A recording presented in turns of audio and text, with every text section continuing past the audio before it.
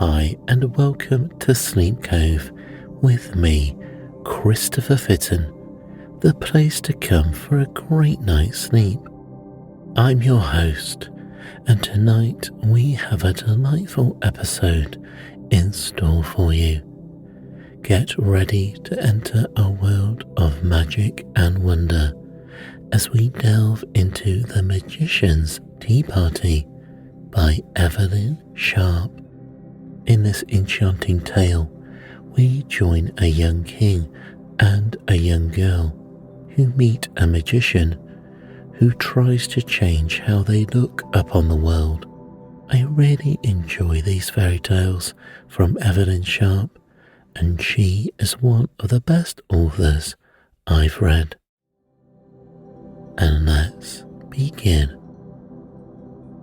Sleep Cove is your sanctuary, where stress and worries fade, leaving space for tranquility and peace.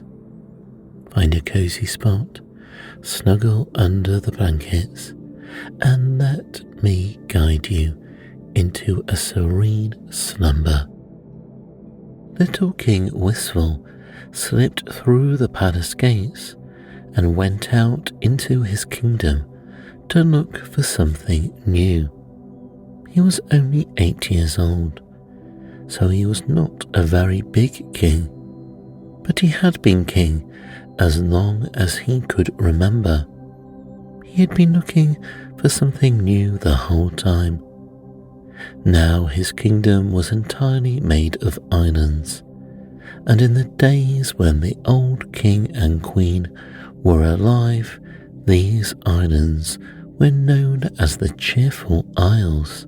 But King Wistful changed their name soon after he came to the throne and insisted on their being called the Monotonous Isles. For strange as it may sound, this little king of 8 years old thought his kingdom was the dullest and the ugliest and the most wearisome place in the world, and nothing that his nurses or his counselors could do ever succeeded in making him laugh and play like other little boys. "Only look at the stupid things," muttered His Majesty impatiently as he stood and surveyed his kingdom from the top of a small grassy hillock. 5 round islands in a row, always 5 round islands in a row. If only some of them were square, it would be something. At the bottom of the hill was a wood, one of those pale green baby woods, where the trees are young and slender, and nothing grows very plentiful except the bracken and the heather. And as the king stood and felt very sorry for himself at the top of the hill, out from the wood at the bottom of the hill came the sound of a little girl's voice, singing a quaint little song. And this was the song: "Sing song, don't be long, wistful, wistful, come and play. Sing song, it's very wrong to stay and stay and stay away. The world is much too nice a place to make you pull so long a face.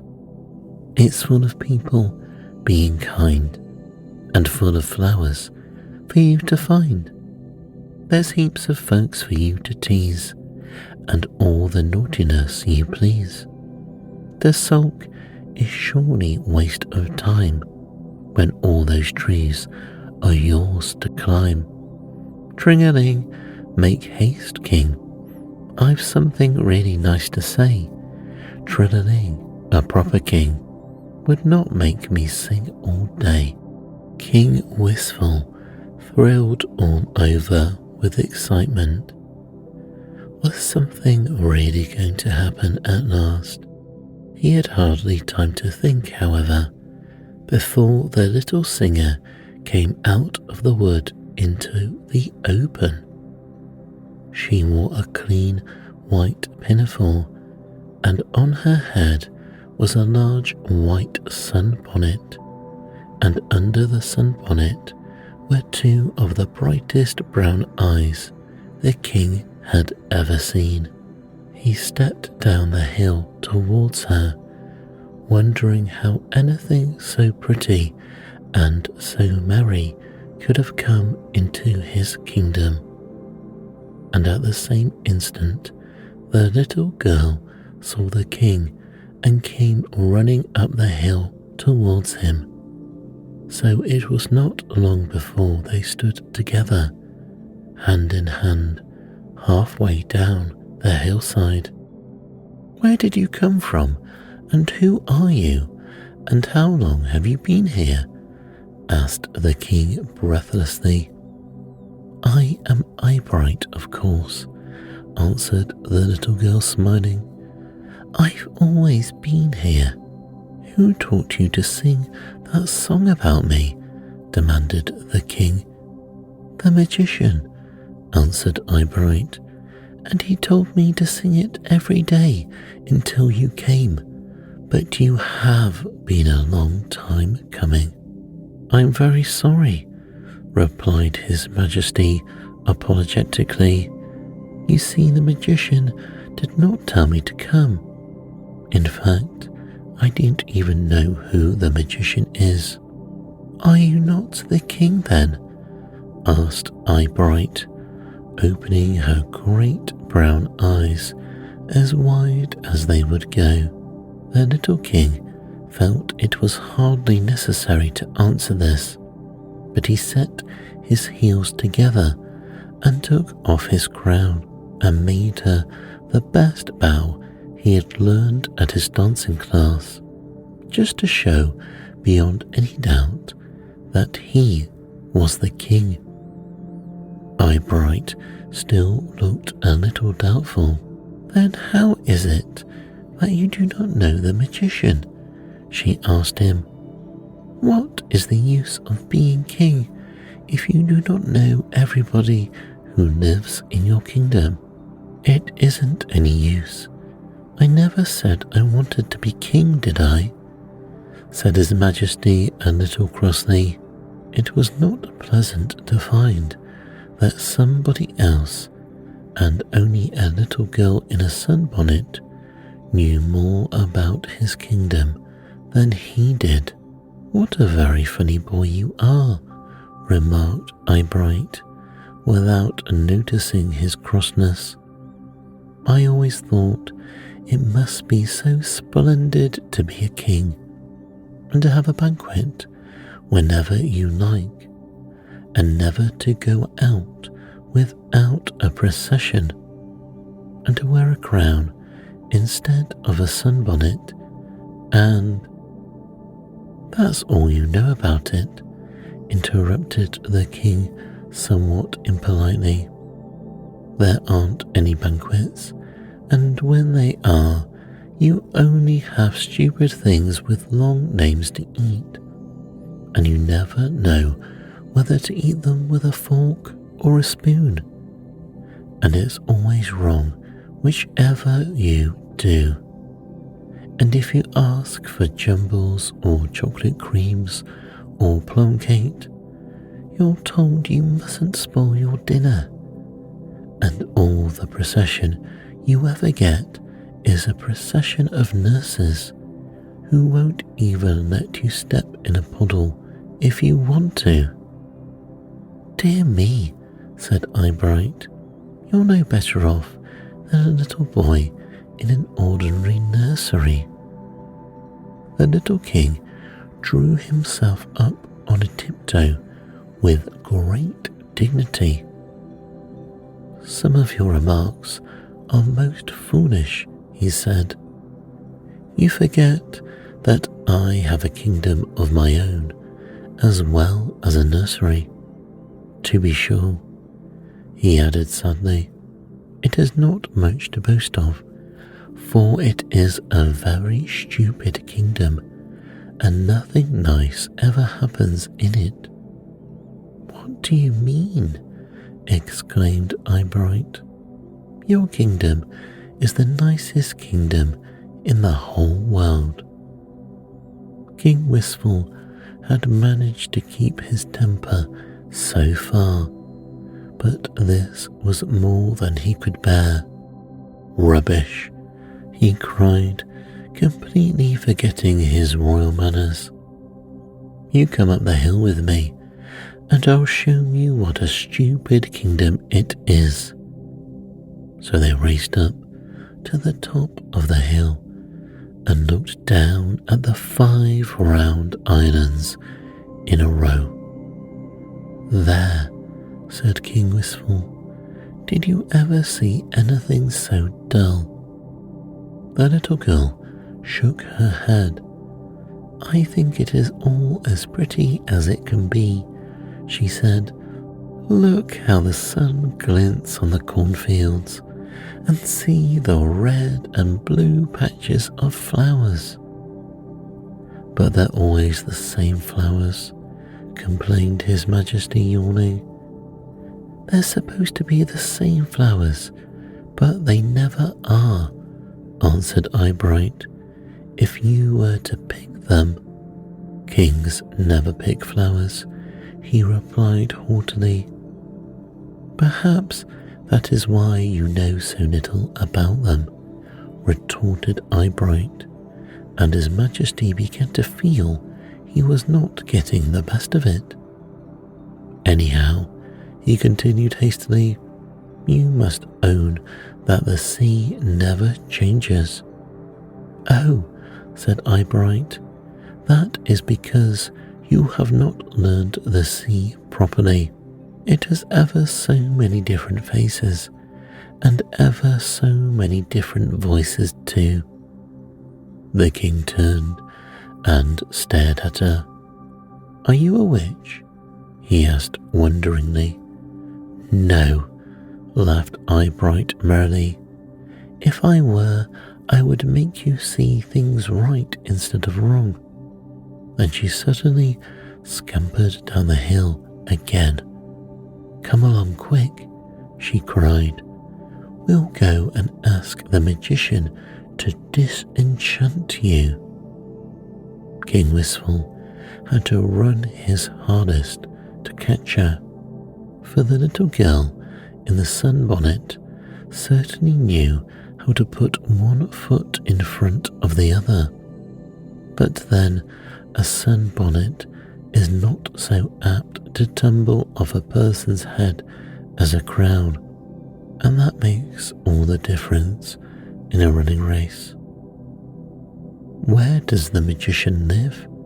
He panted when he came up with her. In the middle island, she answered. We'll find the boat and follow the river down to the sea. She plunged into the wood as she spoke and threaded her way through the slender young trees, with His Majesty close at her heels. Sometimes the bracken was as tall as she was, but the boy behind could always see the sunbonnet bobbing up and down just ahead of him, and he followed it until they came out at the other side of the wood and found themselves on the banks of a little charming river.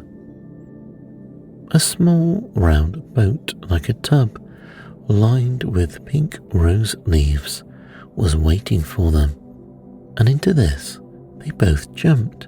Uh-oh, cried Eyebright, jumping up and down with delight. The fairies are out today. Look at them, the purple ones in the loosestrife, and the pink and white ones in the comfrey, and... You'll upset the boat if you don't sit still, interrupted the king, who felt cross because he could not see the fairies. Let me have the oars, and I'll take you down the stream. You need not do anything of the sort, said Eyebright, for this is the boat the magician gave me. and it always takes you wherever you want to go. So they just sat in the sunshine and floated lazily along, and they dabbled their hands in the water and made their sleeves as wet as they pleased, and they caught out the branches above as they passed under them, and they leaned over the side and stretched after everything that grew out of reach. And in short, if they had not been in a ferry boat, it is very certain that they would have tumbled into the water several times before they reached their journey's end. Presently, the river widened out into a big, calm sea, and after that, the boat quickened its speed and took them across to the middle island in no time at all. For the fairies know well enough that nobody wants to dawdle about in an open sea where there are no tadpoles to catch and no trees that sweep their branches down to meet the water.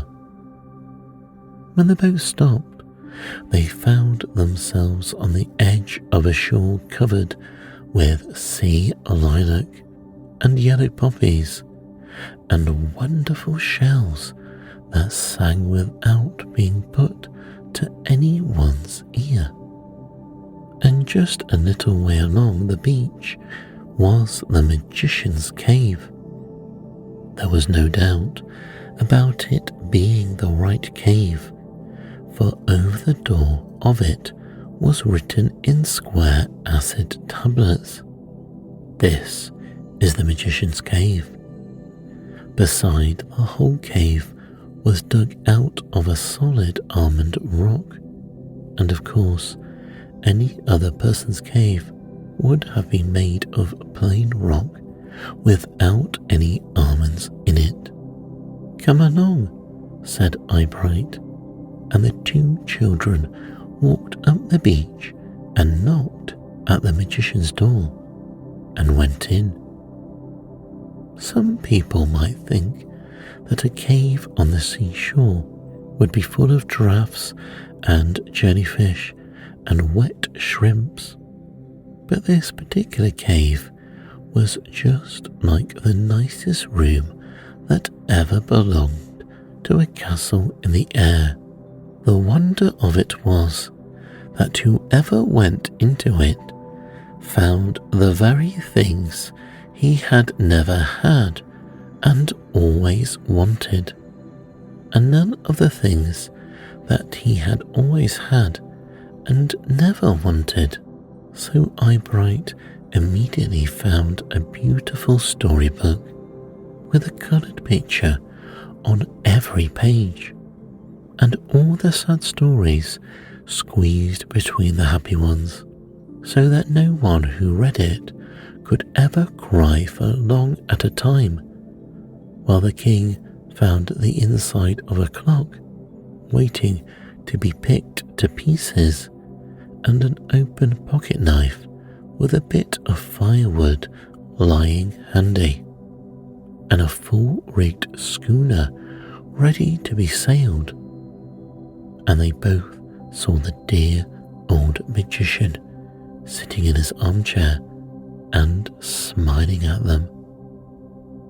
He was dressed in a long cloak that always began by being a green cloak, but changed every other minute to a different colour, according to the mood the magician was in.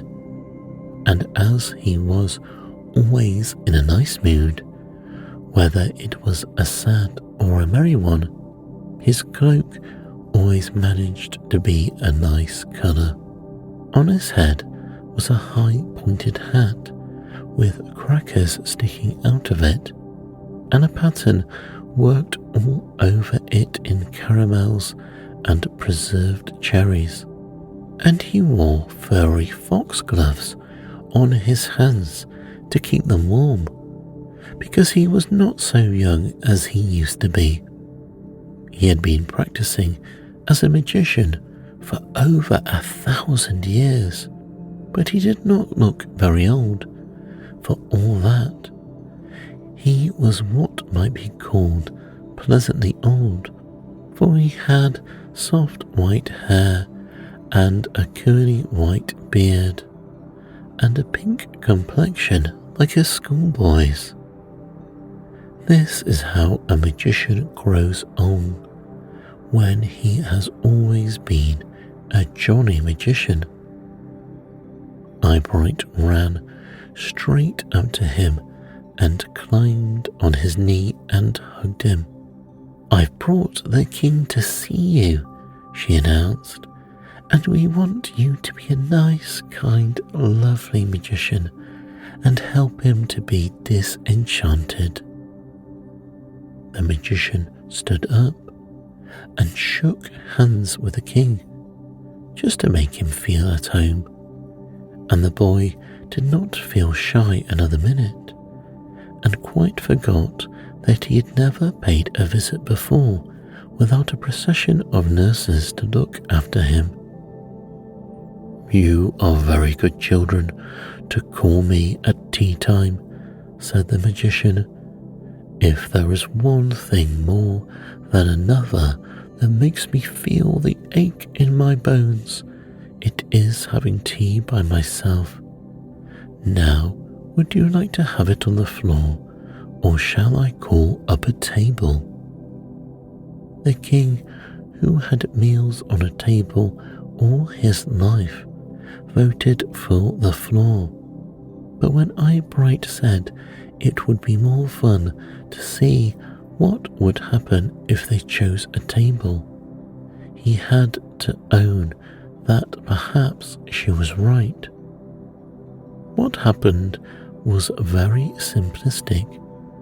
The magician just stamped on the floor, and a neat little table covered with a nice white cloth walked in at the door like a person and took up its position in the middle of the floor. "Well," exclaimed Eyebright, "I never knew tables could walk before." "What do you suppose they have 4 legs for?"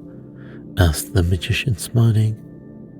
"My nursery table does not work," observed the little king. "Ah," said the magician wisely, "some tables do not know how to put 2 and 2 together. Now for some chairs." He stamped on the floor again, and 2 little armchairs bustled into the room as fast as their fat little legs would carry them. "If you excuse me, they're being in such a hurry," said the magician. "They have been playing at musical chairs all their lives, you see. Now, while you are laying the table, I will boil the kettle. Crockery is in the left-hand cupboard, and eatables in the right-hand cupboard." So the magician set to work and lighted the fire with peppermint sticks, and the 2 children opened the doors of his wonderful cupboards. The crockery in the left-hand cupboard was the right sort of crockery, for none of it matched, so it did not take a minute to find a small pink cup and a green saucer for Eyebright, and a big blue cup and a red saucer for the magician, and a nice purple mug without any saucer at all for King Wistful. As for the right-hand cupboard, the little king was overjoyed when he found it stocked with jumbles and chocolate creams and plum cake. "I am glad," he said with a sigh of relief, "that you don't keep seed cake in your cupboard. Seed cake always reminds me of 11 o'clock in the morning." "Ah," said the magician, "the wimps saw to that when they filled my cupboard for me centuries ago. There's never any bread and butter in it either. until you've had as much plum cake as you can eat. There was a delightful tea party. The magician did not mind in the least when they made polite remarks about the food and told him his jumbles might have been kept a little longer with advantage, or that his chocolate creams were not quite so soft as some they had known, but they hastened to add that his tea was the nicest tea they had ever tasted because it had only a grown-up amount of milk in it. So he would have been rather a cross magician if he had minded. Nor did he raise any objection when they walked out in the middle of the tea and took a look at the picture book or whittled away the piece of firewood or danced round the cave and shouted because everything was so nice. And after tea, there were all the magician's treasures to be turned out of odd nooks and corners and left about on the floor, and all his new quill pens to be tried, and his clean sheets of notepaper to be scribbled over. And when they were tired of exploring the cave and had eaten as much plum cake as they wanted, the magician saw it was the right moment to begin telling them really true stories. As he was a magician, of course his true stories were all fairy stories, which, as everyone knows, are the only true stories in the world worth believing. But even the stories came to an end at last, and then both children remembered at once why they had come to see the magician. "Well, what can I do for you?"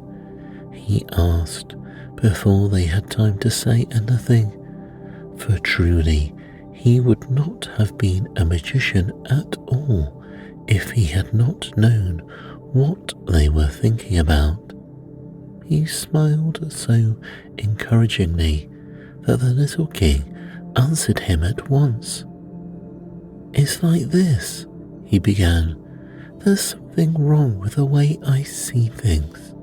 "Of course there is," said the magician. "The wymps threw dust in your eyes when you were a baby, and you cannot expect to see things in the same light as other people when the wymps have thrown dust in your eyes." "Why did they throw dust in my eyes?"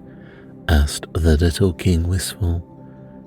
"Usual reason," answered the magician briefly. "They were not asked to your christening, that's all. If people will persist in leaving the wymps out when they give a party, they must take the consequences. However, as you were not to blame in the matter, the wymps would be the first to own that you ought not to be wimped any longer. The best thing you can do is go up to Wimpland yourself and ask them to take away the spell." The little king looked at Eyebright and hesitated. "It is a long way to go all alone," he remarked, and Eyebright immediately stepped up to him and took his hand. "I'll come with you," she said. "I've always longed to go to the other side of the sun. How are we to get there, magician?" "Well," answered the magician, "the usual way is to climb up a sunbeam, but that's not very quick, and sunbeams are apt to be slippery in the dry weather. Shall I send you up in a flash of lightning, or on the spur of a lark?" "Spur of a lark," echoed the king. You mean on the spur of a moment, don't you? Not a bit of it, answered the magician. You'd never go up to Wimpland on the spur of anything but a lark, I can tell you. You have to get up there very early in any case if you want to be even with the wymps. So the best way is to rise with the lark. However, as it is getting rather late in the days for larks, I had better send up a lightning flash. Will you manage it alone, or shall I send a conductor with it? Will the conductor show us the way? Asked Eyebright. Dear me, no, said the magician. Lightning conductors never show anything but the stupidity of some people. Perhaps you'd better have the lightning without a conductor. So stand on one side while I pick you out a nice quiet flash without any thunder hanging to it. He took down a large sack labelled Storms from the shelf and tied the top and plunged his head into it. Eyebright stole a little closer to the king than before and hoped that nothing would go off with a bang. I say, said His Majesty, putting his arm around her, it strikes me. That is impossible, interrupted the magician in a stuffy voice from the middle of the sack, for I've got it in both hands, and it isn't going to strike anybody so long as you treat it kindly. Now, off you go in a flash. And off they did go in something, though they never knew what it was, for they had no time to see anything before they found themselves dropped off with a thud on the other side of the sun. For a moment or two, they just lay where they had fallen without moving. Then they sat up and rubbed their eyes and looked around. Oh, exclaimed Eyebright, clasping her hands tight. I had no idea it was like this. Of course, Eyebright knew no more about Wimpland than she had learned in her geography lessons, and we all know how little geography books ever tell us about the really nice places in the world. So although she knew as well as any other little girl that Wimpland has no physical features and its inhabitants have no occupation, but its climate is dull and foggy and its government is a sleeping monarchy, she was not in the least prepared for what she did see. Well, said a voice somewhere near, what do you think of it? Just in front of them, a wymp was standing on his head, which is a wymp's favourite way of resting his legs. He seemed to expect an answer, so the king did his best to think of one that should be both polite and trustful. As a matter of fact, he did not think much of Wimpland at all. It is rather full of fog, isn't it? He began a little nervously. The wymp fairly wimpled when he heard this. You've hit it, he cried in a delighted tone. That's what it is really. It's the folks from the front of the sun who call it yellow fog. They're blinded by their own sunshine, they are. This is the back of the sun, you see, and the sunshine naturally loses a bit of its polish by the time it has worked through. I think I like bright sunshine best, observed the king. This is not absurd, said the wymp. Why, you can't look at it without blinking to begin with. In Wimpland, You get all of the advantages of the sun and none of the drawbacks. No sunblinds or sunstrokes or sunspots. You must be a stupid boy if you can't see that. It's your fault, not mine, answered the king boldly. You shouldn't have thrown dust in my eyes if you wanted me to see Wimpland in the right light. The wimp turned several somersaults to show his amazement at the king's words, and finally stood thoughtfully on one leg. That's serious, he said. We didn't know you'd ever come up here, or we shouldn't have done it. However, it can't be helped now, so you'd better go back again. It doesn't matter if you do see things wrong at the front of the sun. But it does matter, they both exclaimed. And that's why we want you to take away the spell, please. The wimp stood on his head again and shook it from side to side, which no one but a wimp could have done, considering the awkwardness of the position. There's only one thing to be done, he said at last. You must exchange eyes. They stared at the wimp and then at each other.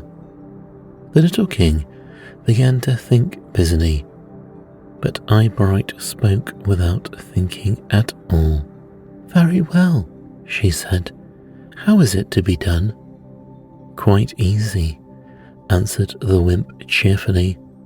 All you've got to do is to wish with all your might to have the king's eyes instead of your own, and there you are. At that moment, the king finished his thinking. Stop, he shouted. If I take her eyes away, she will always see things wrong. But the king had spoken too late. Eyebright had already wished with all her might, and her eyes had turned as blue as deep water, while his Majesty's were round and large and brown. What fun! She cried, laughing happily. Isn't it a nice change to have somebody else's eyes? The little king, however, was far too furious to listen to her. Stand up and let me knock you down, he cried, shaking his fist at the wimp. Look what you have done. She will see things wrong to the end of her days. Don't be a foolish little boy, said the wimp calmly. Take her home and try to see things right yourself. The king certainly did not take her home, nor himself either. But it is the truth that they both found themselves the very next minute standing on top of the small green hillock and looking down at the kingdom of the monotonous isles. Hurrah! Shouted King Wistful, waving his crown joyfully. What a beautiful kingdom I've got. Look how the sun glints on the cornfields, and see the great red and blue patches of flowers. Don't you think it is a beautiful kingdom? He added, turning to the little girl in the sunbonnet. Eyebright was distinctly puzzled.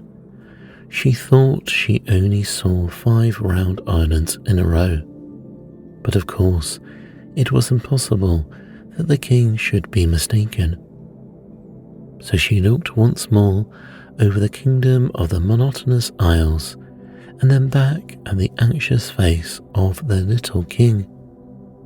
Yes, she said softly, it is, as you say, a beautiful kingdom. Then she ran down the hill and disappeared among the slender trees of the baby wood, and little King Wistful went home to bed. There is a queen now as well as a king of the monotonous isles. She has black hair and blue eyes, and she wears a crown instead of a sunbonnet. And she quite agrees with the king whenever he tells her how beautiful their kingdom is. And if this should seem remarkable to some people, it need only be remembered that the Queen sees everything with a king's eyes.